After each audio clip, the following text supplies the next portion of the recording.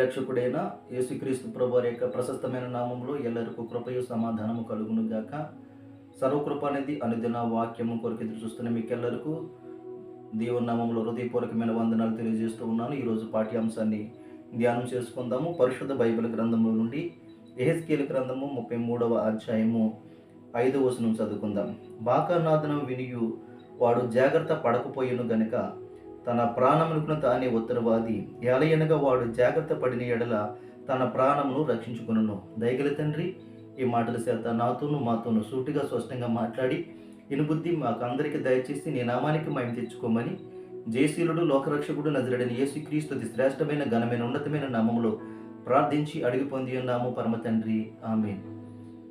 దేవది దేవునికి మహిమ కలుగును గాక. ప్రియమైన సహోదరి సహోదరులకు అందరూ కూడా హృదయపూర్వకమైన వందనాలు తెలియజేస్తూ ఉన్నాను.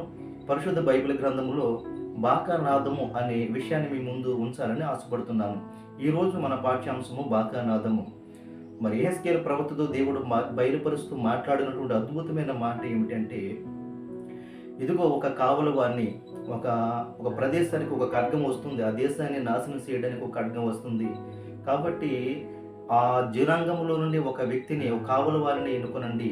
ఆ బాకానాదం వినపడగానే మీరందరూ జాగ్రత్త పడాలి, పడకపోతే ఒక ప్రమాదం హెచ్చరిక జారీ అవుతుంది అని ఒక ప్రణాళిక ప్రకారంగా ఒక దేశానికి చెందినటువంటి, ఒక ప్రాంతానికి చెందినటువంటి వారు ఒక వ్యక్తిని ఏర్పాటు చేసుకోవడం అనేది జరిగింది.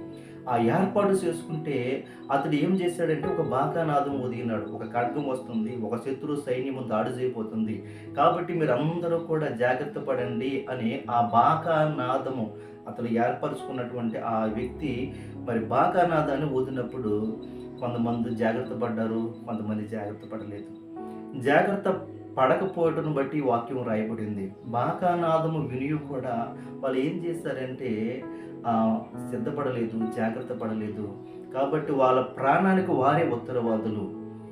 ఎందుకు అంటే వారు బాకానాదం వినియు కూడా జాగ్రత్త పడలేదు అంటున్నాడండి. అవునండి, ఈ రోజున చాలా హెచ్చరికలు మనకు వినపడుతూ ఉన్నాయి. మరి ఎక్కడ చూసినా భయంకరమైనటువంటి తుఫానులు, భయంకరమైనటువంటి హెచ్చరిక మనకు వినపడుతూ ఉంది. ఇదిగో రెడ్ అలర్ట్ అంటున్నారు, ఆరెంజ్ అలర్ట్ అంటున్నారు. ప్రియమైన దేవుని బిడ్డలారా, ఇదిగో ప్రమాదిక హెచ్చరిక, మొదటి ప్రమాద హెచ్చరిక, రెండవ ప్రమాద హెచ్చరిక, మూడవ ప్రమాద హెచ్చరిక. ఇదిగో జాగ్రత్త పడండి అని చెప్పేసి ప్రభుత్వం వారు కొన్ని హెచ్చరికలు మనకు చేస్తూ ఉన్నారు. అయితే దేవుడు కూడా మనకు ఒక హెచ్చరిక చేస్తున్నాడు. ఇదిగో కడవరి దినాల్లో ఉన్నాము, రాకడ దినాల్లో ఉన్నాము, అంచె దినాల్లో ఉన్నాము. ఎప్పుడైనా మారు మనసు పొందండి, ఇదిగో సమయం చాలా సంకుచితంగా ఉంది అని చెప్పేసి ప్రభు కూడా మనకు ఒక బోరధ్వని, ఒక కడబోరధ్వని మనకి ఇనుము చేస్తున్నాడు. ఒక బాకానాదాన్ని ఊదుతున్నాడు. ఈరోజు సిద్ధపడతావా, జాగ్రత్త పడతావా, నువ్వు బ్రతుకుతావు, లేకపోతే నీ ప్రాణానికి నీవే ఉత్తరవాది, నీ మరణానికి నీవే ఉత్తరవాది. విని కూడా దేవుని యొక్క మాటలు విని కూడా మారు మనసు పొందకపోతే, దేవుని యొక్క వాక్యాన్ని విని కూడా నీ బ్రతుకు మారకపోతే, నువ్వు సిద్ధపడకపోతే నీ ప్రాణానికి నీవే ఉత్తరవాదివి, నీ ప్రాణానికి నీవే కారణము. కానీ నువ్వు దేవుని యొక్క మాట వింటే, దేవుని యొక్క మాటకు లోబడితే నువ్వు రక్షింపబడతావు, ఆ ప్రమాదం తప్పింపబడతావు. నేను పర్వాలేదులే, నా దగ్గరికి ఏమి రాదులే, ఈ ప్రమాదం నన్నేం చేస్తుందిలే అని చెప్పేసి అప్రమత్తంగా నీవు ఉంటే ప్రమాదాన్ని చేతులారా కొని తెచ్చుకుంటావు, నీ ప్రాణాలను నువ్వే పోగొట్టుకుంటావు. అజాగ్రత్తగా ఉండొద్దు అని దేవుడు ఒక బోరధ్వనిని మనకి వినపడుతున్నాడు. ఆ బాకానాదం వినపడుతుంది, దేవుని యొక్క స్వరము వినపడుతుంది, దేవుని యొక్క మాట నీకు వినపడుతుంది. నువ్వు మారుతావని ప్రియమైన దేవుని బిడ్డలారా, ఆ బాకానాదం విని కూడా వారు ఏం చేశారంటే చాలామంది రాలేకపోయారు, మరణించారు. ప్రియమైన దేవుని బిడ్డలారా, ఈ రోజున విన్నవారు రక్షింపబడ్డారు. నువ్వు దేవుని మాట వింటే రక్షింపబడతావు, దేవుని వాక్యాన్ని అంగీకరిస్తే నువ్వు రక్షింపబడతావు. యేసు నామమును బట్టి నీవు బాప్తిసం పొందితే నువ్వు రక్షింపబడతావు. నమ్మి బాప్తిసం పొందిన వాడు రక్షణ పొందును అన్నారు. కాబట్టి ఓ సహోదరి సహోదరులారా, ఇంకా నువ్వు ఎన్ని హెచ్చరికలు ఇచ్చినా నువ్వు మొండుగా ఉంటున్నావేమో, ప్రమాదము సంకుచితంగా ఉంది. కాబట్టి మారాలి. హెచ్చరికను జారీ చేస్తున్నాడు దేవుడు. ఇదిగో పెండ్లి కుమారుడు అని ఒక స్వరం, అర్ధరాత్రి ఒక స్వరం వినపడింది. మనకి తెలుసు కదా, మత్తయి సువార్త 25వ అధ్యాయంలో మనం చదువుకుంటాము. ప్రియమైన దేవుని బిడ్డారా, 10 మంది బుద్ధి గల కన్యకులు 10 మంది కన్యకులు, అందులో 5గురు బుద్ధి కలిగిన వారు, 5గురు బుద్ధి లేని కన్యకులు మనం చూడగలుగుతాం.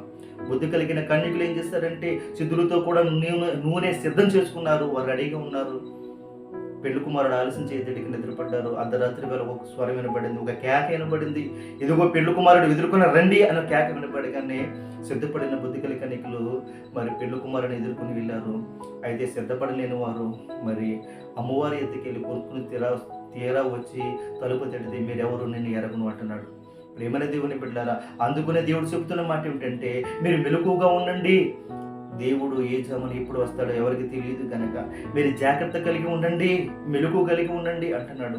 మనం మెలుకుని సిద్ధపడితేనే మన ప్రాణాన్ని మనం రక్షించుకోగలుగుతాము. కాబట్టి బాకా నాదం వినుకోడా, దేవుని కేక వినుకోడా, దేవుని పిలుపు వినుకోడా, దేవుని మాటలు వినుకోడా నువ్వు ఇంకా నిర్లక్ష్యం కలిగి ఉంటే దేవుడు ఇదిగో నీ ప్రాణాలని మరి నీ ప్రాణాలకు నీవే ఒత్తిడి వ్యాధి అంటున్నాడు.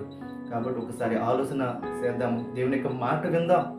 ప్రియమైన దేవుని బిడ్డలారా, ఒక ఎలీషా ప్రవక్త ఇశ్రాయేలు ప్రజలకు, ఇశ్రాయేలు రాజుకు అక్కడ సమాచారం ఇస్తున్నాడు. నా మాట విను అంటున్నాడు. ఆ మాట విన్న ఇశ్రాయేలు రాజు రక్షించుకున్నాడండి. మొదటి రాజుల గ్రంథము 6:10 మనం చూస్తే మరి ప్రియమైన దేవుని బిడ్డ 2 రాజుల గ్రంథము 6:10 అక్కడ మనం చూడగలుగుతున్నాం. అయితే అక్కడ సిరియా రాజు ఇశ్రాయేల్ రాజు మీదకి దండెత్తిచ్చాడు. ఆ చుట్టూ ఉన్నటువంటి ప్రాంతాన్ని అంతటిని కూడా ఏం చేశాడంటే ఆ దండుతో మరి పొంచి ఉన్నాడు. అలాంటి సమయంలో ఎలీషా ప్రవక్త దైవజనుడైనటువంటి ఎలీషా ఇశ్రాయేల్ రాజుకి, అయ్యా ఆ ప్రాంతంలో సిరియా రాజు దండి ఉంది కాబట్టి ఆ ప్రాంతానికి వెళ్ళొద్దు అంటే ఆ దైవజనుని యొక్క మాట విని ఇశ్రాయేల్ రాజు తన జనాంగాన్ని, తన దేశాన్ని కాపాడుకోగలుగుతున్నాడు. పదే పదే ఇలాగే జరుగుతుంది. ఇశ్రాయేల్ ప్రజలందరూ కూడా రక్షింపబడుతున్నారు. ఎన్ని ప్లాన్లు గీసినా సరే సిరియా రాజు ఇశ్రాయేల్ రాజ్యాన్ని ఏమీ చేయలేకపోతున్నాడు. అది గమనించినటువంటి సిరియా రాజు ఏంటున్నాడంటే, అయ్యా మనలో ఎవరైనా ఒక ఉప్పందించే వారు ఉన్నారేమో, లేకపోతే మన సమాచారం తెలియజేసేవారు ఎవరైనా ఉన్నారేమో అని ఎంక్వైరీ చేస్తే ఎవరు లేరు. అయ్యా ఎవరు లేరు. మరి ఎలా తెలుస్తుంది? మన ఆలోచనలన్నీ ఆ రాజుకి ఎలా తెలుస్తున్నాయి? ఎలా తప్పించుకోగలుగుతున్నాడు? తన జనాంగాన్ని ఎలా రక్షించుకోగలుగుతున్నాడు అంటే అక్కడ ఒక దైవజనుడు ఉన్నాడు. ఆ దైవజనుడు చెప్పిన మాట ఇశ్రాయేల్ రాజు వింటున్నాడు. నువ్వు అంతఃపురంలో మన ఆలోచనలన్నీ కూడా ఆ దైవజనుడు విని మరి ఎంతగానో ఆ సమాచారం తెలియజేస్తున్నాడు. అనగానే ఆ దైవజనుని దగ్గరికి ప్లాన్ చేశాడండి. ప్రియమైన దేవుని బిడ్డలారా, ఎంతగానో ఒకసారి ఆలోచన చేయండి. ఇదిగో దేవుని యొక్క స్వరం మనం వింటే, దేవుని యొక్క మాట వింటే మనం కూడా మన జనాంగాన్ని రక్షించుకోగలుగుతాము. దేవుని యొక్క మాట విందాము. అబ్రహాము దేవుని యొక్క మాట విన్నాడు కాబట్టి ఆశీర్వదింపబడ్డాడు. ఒక రోజున యేసుక్రీస్తు ప్రభువారి దగ్గరికి మరి వచ్చి జనాంగం అంటున్నారు, మేము అబ్రహాము కుమారులము, మేము అబ్రహాము సంతానము అంటున్నారు.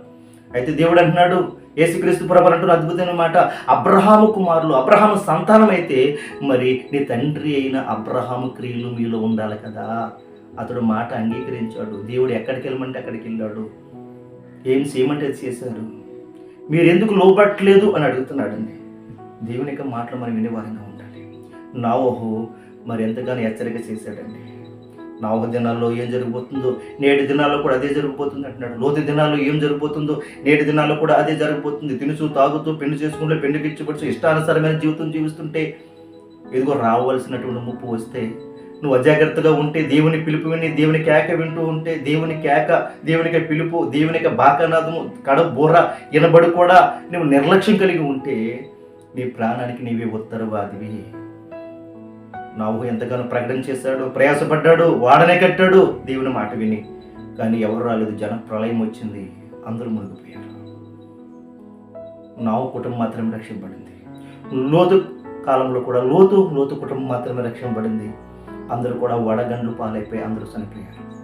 ప్రియమైన సహోదరి సహోదరుడా, ఇంకా నువ్వు నిర్లక్ష్యం కలిగి ఉన్నావేమో, దేవుని దగ్గరికి రా, దేవుని ప్రార్థించు, దేవుని వేడుకొనుకో. దేవుని యొక్క మాట వినుట ఎంత మేలు అంటున్నాడు. కాబట్టి దేవుని మాటకి విని, దేవుని స్వరాన్ని విని, దేవుని పిలుపు విని, దేవుని ఎంబడిద్దాం, నిత్యరాజ్యానికి వారసులు అవుదాం. అటు గొప్ప ధన్యత దీవెన భాగ్యం దేవుడు మనకి అందరికీ దయచేసి ఆశీర్వదించును గాక. ఆమేన్ ఆమేన్ ఆమేన్. దయగల తండ్రి, ఈ మాటల చేత మాతోను సూటిగా స్పష్టంగా మాట్లాడినందుకు వందనాలు. విన్న వాక్యం హృదయంలో భద్రపరిచి మాకు అటు గొప్ప సిద్ధపాటును అయ్యా మేము కలిగి ఉండి నిత్యరాజ్యాలకు వారసులమయ్యే గొప్ప ధన్యత మాకు దయచేయమని యేసు నామమును బట్టి